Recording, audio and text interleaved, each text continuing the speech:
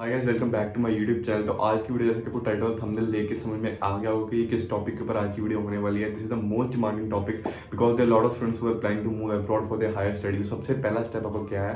आइल्स को क्लियर करना। आइल्स क्या है? बेसिकली टेस्ट है, एक लैंग्वेज एबिलिटी टेस्ट है जिसको हम international English language testing system कहते हैं। इसके अंदर 4 मॉड्यूल होते हैं सिंपल से। जैसे कि इसके अंदर सबसे पहला होता है listening, reading, writing and speaking. तो सबसे पहले हम बात करते हैं लिसनिंग मॉड्यूल की। लिसनिंग मॉड्यूल के अंदर क्या होता है? बेसिकली आपको इसके अंदर 40 क्वेश्चन मिलते हैं आपको टेस्ट के अंदर।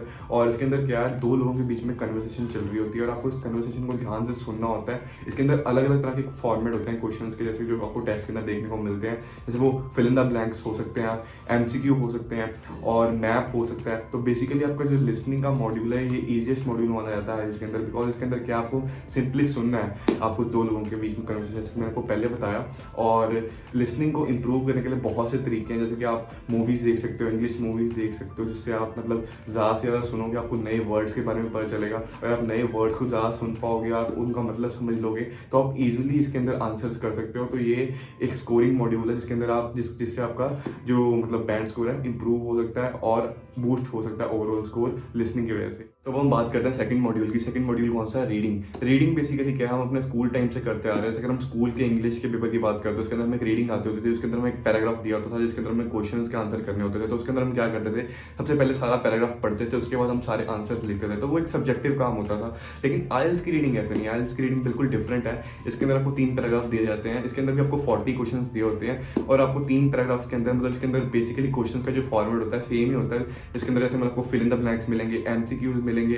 तो क्या है, आपको सबसे पहले रीडिंग करने के इंप्रूव करने के लिए और आपको रीडिंग को एक अच्छा स्कोर लेने के लिए रीडिंग के अंदर आपको एक कंसंट्रेशन चाहिए। तो रीडिंग बेसिकली क्या है, सारा खेल ही कंसंट्रेशन का। अगर आप इसकी ज़्यादा से ज़्यादा प्रैक्टिस करोगे, आपका एक मतलब ध्यान बन जाएगा कि रीडिंग को अगर आप एक तरीका समझ लोगे इसके अंदर आपको कैसे सॉल्व करना है रीडिंग को। इसके अंदर क्या आपको सब कुछ जो क्वेश्चन दिए होते हैं आपको एक ऑब्जेक्टिव तरीके से सॉल्व करना है। इसके अंदर क्या आपको जो क्वेश्चन दिए हुए हैं आपको क्वेश्चन को देखना है सबसे पहले। उसके बाद आपको पैराग्राफ है, इसके अंदर आपको सारा पैराग्राफ नहीं पढ़ना, आपको स्किम करना सारा पैराग्राफ को। जिन लोगों को स्किम नहीं पता, मतलब आपको अंडरलाइनिंग करनी है सारे पैराग्राफ की।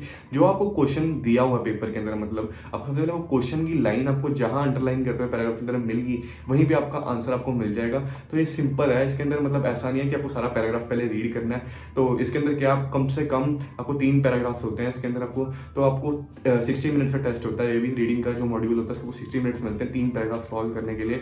तो सबसे ज़्यादा बेस्ट मतलब माना जाता है। अगर आप 3 जो पैराग्राफ्स हैं अगर आप वो 45 से 50 मिनट्स के अंदर सॉल्व कर लेते हो, तो ही आप टेस्ट के अंदर एक अच्छा इंप्रूव कर पाओगे। तो जो मैं पर्सनली जो चीज़ें मतलब रीडिंग को इंप्रूव करने का किया करता था, मतलब जैसे कि मैं 15 मिनट्स का टाइमर लगाता था पहले पैराग्राफ के लिए, दूसरे के लिए भी और तीसरे के लिए भी। तो 45 मिनट्स में मैं ट्राई करता था कि मैं अपनी रीडिंग को सॉल्व कर पाऊँ, पर एटलीस्ट 50 मिनट्स लग जाते हैं। तो रीडिंग को आपको अगर इम्प्रूव करना है तो बेसिकली आपको कम से कम दिन के अंदर 2 से 3 रीडिंग्स तो करनी चाहिए अगर आप अच्छा स्कोर लेना चाहते हो रीडिंग के अंदर। बिकॉज ये एक टफ मॉड्यूल माना जाता है रीडिंग, बिकॉज काफ़ी लोग होते हैं जो कंसंट्रेट नहीं कर पाते इसके अंदर। तो यही है रीडिंग मॉड्यूल। अब हम बात कर लेते हैं राइटिंग मॉड्यूल की। राइटिंग मॉड्यूल के अंदर क्या होता है? राइटिंग मॉड्यूल के अंदर आपको सिंपली मतलब 2 टास्क देते हैं इसके अंदर, टास्क 1 एंड टास्क 2। टास्क 1 के अंदर क्या होता है? टास्क 1 के अंदर बेसिकली आपको क्वेश्चन पेपर के अंदर अलग अलग तरह के जैसे फॉर्मेट होते हैं टास्क 1 के। जैसे आपको क्वेश्चन होते हैं, जैसे मान लो एक पहला फॉर्मेट में एग्जांपल ले रहा हूँ, बार ग्राफ। आपको 2 बार ग्राफ दिए हुए हैं अलग अलग कंट्रीज के, मतलब किसी भी टॉपिक पे हो सकते हैं। मान लो हम टॉपिक ले लेते हैं कि number of jobs in this country and number of jobs in another country. आपको 2 कंट्रीज दे दी, उसका एक बार ग्राफ दे दिया, एक रेशियो दे दी, आपको सारा कुछ आपको पेपर के अंदर दिया होगा। आपको सिर्फ उस जो आपको ग्राफिक जो शो किया होगा आपको मतलब पिक्चर के थ्रू, आपको वो वर्ड्स के अंदर लिखना है सिंपली। तो इसके अंदर कुछ ज़्यादा टफ काम नहीं है, तो एक बेसिक सी चीज़ है। अगर आप एक लैंग्वेज को समझते हो सारा, मतलब अगर आप समझ सकते हो जो आपको दिख रहा है वहाँ पे, आप सिंपली लिख सकते हो पैराग्राफ को। ये एग्जांपल एक बार ग्राफ के फॉर्म में दिया होता है, पाई चार्ट्स होते हैं इसके अंदर, आपको मैप्स होते हैं इसके अंदर, आपको प्रोसेस होता है। तो अलग अलग टाइप के टास्क होते हैं इसके अंदर। तो वो मैं आपको बता दूंगा आने वाली वीडियोस के अंदर, जैसे कि मतलब कैसे के टास्क होते हैं इसके अंदर टास्क 1।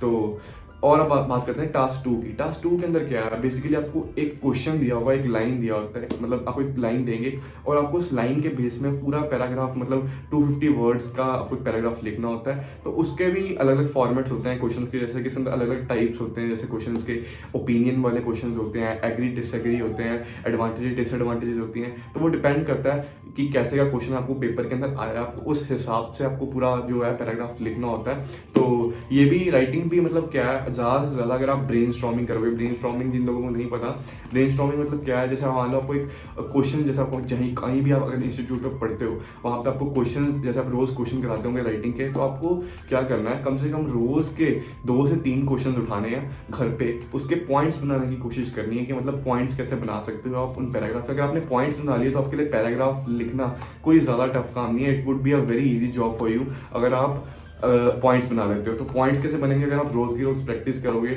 मतलब उस मॉड्यूल की रोज़ से रोज़ पॉइंट्स बनाने की कोशिश करोगे घर पे, तो और ज़्यादा से ज़्यादा नए वर्ड सीखने की कोशिश करोगे, तो आपकी राइटिंग का जो मॉड्यूल है वो इम्प्रूव हो जाएगा। एंड राइटिंग एंड स्पीकिंग जो है ना, वो बेसिकली इंटरलिंक्ड है आपस में। अगर आपकी राइटिंग अच्छी है ना, तो आप स्पीकिंग भी अच्छी कर सकते हो। तो डिक्टेशन के अंदर जैसे कि आप रोज़ नए वर्ड सीखोगे, मान लो जैसे 10 वर्ड आपने रोज़ के सीखे, तो आप अगर उस रोज़ नए वर्ड्स को आप प्रैक्टिस करने की कोशिश कर रहे हो रोज़, तो उससे आपका जो है राइटिंग मॉड्यूल भी सुधरेगा। तो अब आ जाते हैं लास्ट मॉड्यूल के ऊपर। लास्ट मॉड्यूल जो मेरा one of the favourite module है, स्पीकिंग। स्पीकिंग के अंदर मेरे 7.5 बैंड स्कोर आए थे, और आपको मैं बता सकता हूँ कि मैंने कैसे इसके अंदर बैंड स्कोर लिए। ईजीएस्ट मॉड्यूल है ये, मतलब काफ़ी लोगों ने टफ भी बनाया था स्पीकिंग, बिकॉज काफ़ी लोगों की नहीं होती प्रैक्टिस बोलने की, कईयों मतलब कईयों ने कहीं से पढ़ाई की होती है, तो उनका कईयों का ऐसा होता है कि वो इंग्लिश में मतलब उन्हें ज़्यादा इस इन्वायरमेंट में नहीं होते, तो उनको हेजिटेशन होती है। ऑब्वियस सी बात है, काफ़ी लोगों को होती है ये हेजिटेशन, तो कोई ज़्यादा वो काम नहीं है ये। तो अब हम बात कर लेते हैं स्पीकिंग की, जैसे मतलब आपको स्पीकिंग में कैसे इंप्रूव करना है। तो जैसे मैं कुछ अलग अलग तरीके अपनाता था स्पीकिंग को इम्प्रूव करने के लिए।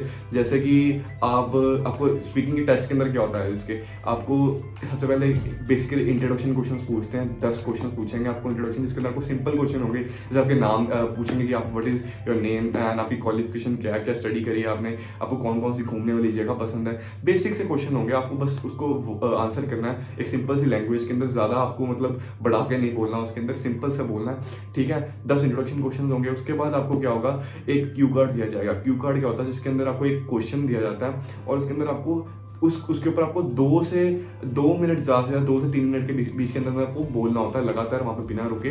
तो वो क्यू कार्ड कैसे आप सॉल्व कर सकते हो, क्यू कार्ड भी प्रैक्टिस पर डिपेंड करता है। आप रोज़ के कितने क्यू कार्ड रोज़ सॉल्व करते हो, पॉइंट्स बनाने की कोशिश करते हो कि कैसे मतलब आपने बोलना है। तो क्यू कार्ड मतलब स्पीकिंग क्या, अब हम बात कर लेते हैं कि मतलब क्यू कार्ड जैसे आपने सॉल्व कर लिया, पेपर के अंदर आपको 2 मिनट बोलना है उसके ऊपर, और क्यू कार्ड के बाद आ जाते हैं फॉलोअप्स। तो ये 3 चीज़ें होती हैं, introduction questions, Q card and follow-ups. ये 3 मतलब 15 से 20 मिनट के अंदर आपका सारा एग्जाम स्पीकिंग का हो जाएगा। इस 15 से 20 मिनट के अंदर आपको मतलब अपना बेस्ट देना है स्पीकिंग को इम्प्रूव करने के लिए। अब मैं आपको बताता हूँ कि आपको क्या चीज़ें हैं जो आप मतलब अपनी स्पीकिंग को इम्प्रूव करने के लिए यूज़ कर सकते हैं, जो मैंने पर्सनली यूज़ करी है। तो जैसे कि आप मतलब काफ़ी लोगों को हेजिटेशन होती है ऐसे बोलने के लिए, तो आप मिरर के आगे खड़ के मिरर प्रैक्टिस कर सकते हो, मतलब बोल सकते हो मिरर के अंदर, क्योंकि आपको कोई देख नहीं रहा, आप अपने आप से बात कर रहे हो। और आप जितना अपने आप से बात करोगे, ऐसे मतलब शीशे के सामने खड़ के अगर आप बात कर रहे हो, आपको कॉन्फिडेंस बूस्ट होगा उससे, क्योंकि कोई आपको देख नहीं रहा और आप जो भी बोल रहे हो आपको पता है कि मैं बोल रहा हूँ, तो सही बोलोगे। इससे कोई वो मतलब ऐसे घबराने वाली बात नहीं है। जितना आप मतलब स्ट्रेस फ्री रहोगे, उतना आपका एग्जाम बढ़िया जाएगा इसके अंदर। और दूसरा जो मैं आपको टिप देनी चाहूँगा, जैसे कि पर्सनली जो मैं यूज़ करता था, आपको काफ़ी लोगों को डिस्कॉर्ड के बारे में पता होगा, काफ़ी लोगों को नहीं पता होगा। डिस्कॉर्ड क्या है, बेसिकली ये क्या है, जिसके अंदर आपको डिफरेंट सर्वर्स होते हैं, जिसके अंदर आपको डिफरेंट कंट्रीज़ के लोग कनेक्ट होते हैं आपस में। वहाँ पे आप अपनी इंग्लिश लैंग्वेज जो आपने सीखी है, मतलब जो भी आप रोज़ की डेली बेसिस पे कर रहे हो, आप उसे टेस्ट कर सकते हो उसको। मतलब मैं भी ऐसे ही करता था, जैसे मतलब रोज़ नए नए लोगों से बात करता था, मतलब कुछ गलती भी हो जाती थी, तो कोई बड़ी बात नहीं, क्योंकि कोई आपको जानता नहीं है ऐसे पर्सनली, तो आप अपनी लैंग्वेज की प्रैक्टिस है वो ईजिली वहाँ पे कर सकते हो। तो ये तो मतलब मेरा एक्सपीरियंस था कि मैंने कैसे मतलब 20 डेज़ के अंदर मैंने कैसे आइल्स का टेस्ट क्लियर किया, मतलब इस प्रैक्टिस के साथ। तो यही थी मतलब मैं आपको बता सकता हूँ कि जो मैंने चीज़ें मतलब करी हैं, मतलब जो अपने टेस्ट को इम्प्रूव करने का, मतलब टेस्ट को क्लियर करने के लिए, अपने स्कोर को इम्प्रूव करने के लिए। तो जिन लोगों को आज की वीडियो कहीं भी मतलब हेल्पफुल लगी हो ना, तो प्लीज़ चैनल को सब्सक्राइब करना और वीडियो को लाइक करना ना भूलना। और जो लोग आपके मतलब आइल्स करना शुरू कर रहे हैं, जो भी आपके फ्रेंड है, तो वीडियो को ज़रूर शेयर करना। Till then bye bye, see you in the next video.